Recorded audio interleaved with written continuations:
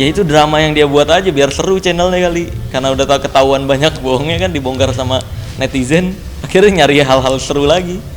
Ya akhirnya dibuat kayak gitulah. Nih saya kasih tahu nih, banyak banget kayak yang tayangan-tayangan hantu-hantu gitu kan. Tayangan-tayangan semacam itu sebenarnya sudah diedit dulu videonya. Terus kenapa kok bisa tayang live? Itu namanya fake live. Pakai aplikasi OBS. Jadi diedit dulu videonya, terus masukin ke aplikasi OBS, dibuatlah fake live, seolah-olah itu live, padahal udah hasil editan. Cari aja di YouTube banyak kok tutorial fake live OBS. Berarti Bang Marcel tahu ya bahwa hal itu nggak semudah yang orang bikin di konten itu kan? Ya iya, orang dia sendiri yang mengakui settingan kok, bukan saya yang bilang. Dia nggak tahu, itu mah drama buatan dia aja biar seru-seruan. Mungkin mereka lagi butuh viewers, makanya buat drama. Kalau saya emang nggak peduli, pembuktian intinya gitu ah. Udah jangan dibuat-buat drama. Ilmu lu asli nih, buktiin, angkat telepon gua udah gitu. Angkat telepon gua yang telepon berkali-kali itu nomor gua. Telepon dong, kan udah nelfonan sama Joko Arek. Bilang dong ke Joko Arek, ayo mau ketemu sama pesulap merah. Gitu simple. Datang ke Jakarta ketemu gua, jangan malah bikin video di sekitar hotel bilangnya nyari-nyari gua. Mana ada, emang gua tinggal di pinggiran hotel. Aneh banget. Makanya gue bikin kan kemarin, nyari-nyari juga kan, tapi di sekitar studio. Loh iya, kan tuntutan saya adalah jujur aja dia. Kenapa? Kan dari awal itu jujur. Kalau memang pengobatannya pakai trik, ya silahkan klarifikasi ke media atau ke masyarakat Indonesia. Kenapa pengobatannya pakai trik? Gitu simple. Kalau pengobatannya asli, buktikan, silahkan bawa pasien yang menurut dia yakin disantet, ketemukan dengan saya, praktekkan di depan saya. Kayak gimana pengobatan yang kelapa isi pakunya kalau emang tanpa trik. Kalau beneran itu ilmu, saya tutup channel. Master Dedi juga siap tutup podcast. Ini tapi kan malah drama, kesono kesini. Gak jelas. Tuntutan 100 miliar, laporan kesana kesini. Ih gak jelas. Si paling ahli drama emang itu. Topo Pendem adalah lelaku prihatin yang dengan maksud tujuan itu untuk membentuk kekuatan diri atau suatu tujuan untuk menggembleng jiwa dan raga dalam rangka untuk menguatkan atau untuk tujuan menyelesaikan suatu permasalahan hidup yang sangat sulit. Di dalam Topo Pendem ini memang harus mempunyai kekuatan batin, yang mana kekuatan itu harus tercurahkan kepada Yang Maha Pencipta atau Yang Maha Kuasa. Dan untuk tapa pendem ini biasanya orang-orang tersebut mengalami masalah contohnya, atau mengalami problem kehidupan yang belum terselesaikan, atau orang tersebut sedang dalam menghadapi gejolak masalah yang ruwet yang memang pada dasarnya itu menurut dia sendiri ini mentok dan susah dipecahkan.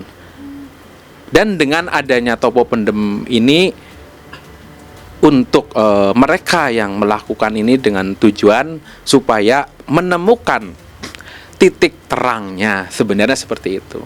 Dan untuk lelaku Topo Pendem ini ada lagi menurut cerita sejarah Jawa ya, dan ini memang kalau lelaku topo ini ada beberapa fase, beberapa macam lah ya.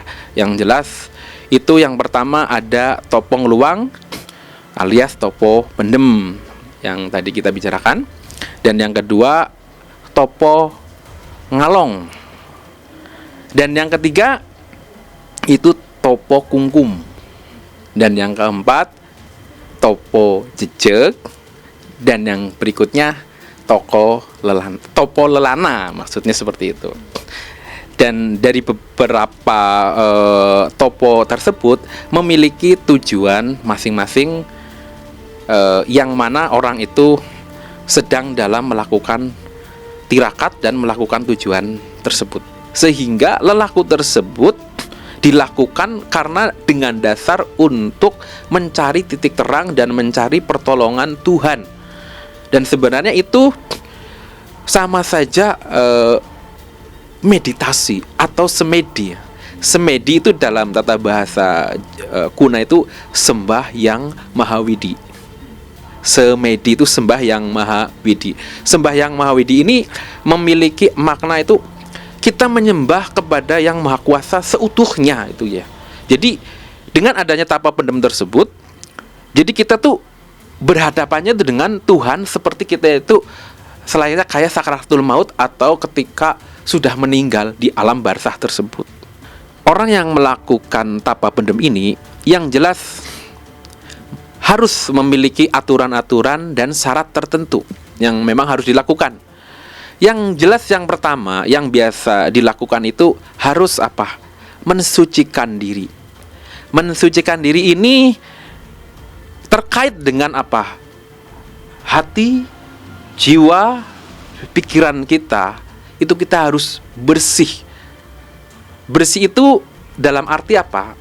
Bersih ini mengkosongkan diri kita dari hal-hal duniawi, terus kita menetralisir diri kita dari egois, dari nafsu, dan segala tindak tanduk yang ada di perjalanan hidup ini. Kalau dilakukan di naasnya, lah nanti kalau ada hal-hal yang di luar nalar atau ada hal-hal yang ada kejanggalan, ada kejadian yang memang merugikan buat si pelaku topo pendem tersebut, ya kita malah justru merepotkan buat kita semua. Makanya sangat diperhitungkan dan sangat hati-hati ketika melakukan hal yang menurut kita itu disakralkan. Sebenarnya topo pendem ini bagi orang yang melakukan topo pendem ini bukan berarti orang itu sakti, orang itu hebat, orang itu punya kekuatan yang daya linuh yang luar biasa. Sebenarnya enggak juga. Kalau menurut saya pribadi, ini adalah topo itu kan berkaitannya itu dengan cara lelaku prihatin ya. Kita berarti benar-benar sedang memiliki tujuan yang bersih, yang suci. Bukan kita itu nanti jadi sakti loh, kita itu jadi kuat loh, bukan. Ya kalau konten dia kan dia sendiri udah bilang kontennya hanya hiburan, settingan. Itu dia sendiri yang bilang loh di channelnya. Ya udah, mau settingan kayak gimana urusan dia. Saya tidak peduli dengan kontennya. Yang saya kritisi dari dia adalah pengobatan menggunakan triknya, bukan kontennya. Kontennya dia udah mengakui kok. Ya kontennya cuma settingan doang. Gitu. Berarti termasuk keilmuan-keilmuan yang di kontennya juga menurut Bang Wasa kalau dia udah bukan menurut saya, dia sendiri yang ngomong. Dia sendiri yang ngomong settingan semua gitu. Berarti maksudnya istilahnya Bang Marcel udah nggak menaruh perhatian lagi karena dia udah nggak menggunakan trik untuk komersil lagi menurutnya. Lah nggak tahu kalau untuk menggunakan trik komersil sampai saat ini kan dia nggak mau mengakui pengobatannya itu trik. Nah itu yang permasalahannya. Tapi kalau lewat telepon dia mengakui.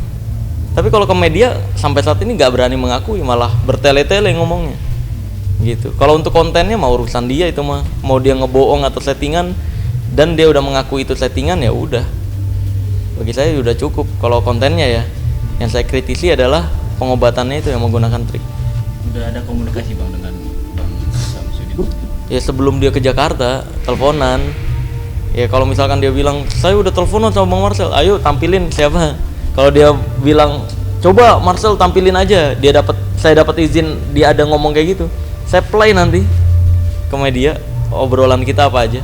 Dia udah mau mengakui di telepon pengobatannya itu hanya trik, terus itu dia pakai udah lama sekarang nggak pakai lagi, alasannya gitu kalau di telepon. Tapi ngomong di media beda lagi. Iya gitu. Jadi secara pribadi dia juga udah pernah mengakui ya? Apa? Lewat telepon? Iya, lewat telepon. Iya, tapi kan yang saya tuntut lewat media. Cuman Bang Marcel sendiri tapi sempat menyimpan obrolan itu juga. Iya. Menyimpan, merekam. Full dari awal sampai akhir. Jadi sebenarnya Bang Marcel kalau untuk ingin melaporkan Bu Samsudin pun mempunyai bukti dong. Kalau memang dia masih melakukan praktek-praktek seperti itu. Memiliki bukti. Nah, masalahnya yang bisa melaporkan itu korban. Saya udah mencoba soalnya. Yang bisa melaporkan penipuan dan konten hoax itu korban kalau kata polisi. Saya bukan korban. Tapi karena saya dilaporkan, jadi saya posisinya korban nih sekarang kan. Saya bisa melaporkan dengan tuduhan palsu atau fitnah. Ya nanti lihat ke depannya aja lah, lihat proses hukumnya kayak gimana dulu, gitu sih.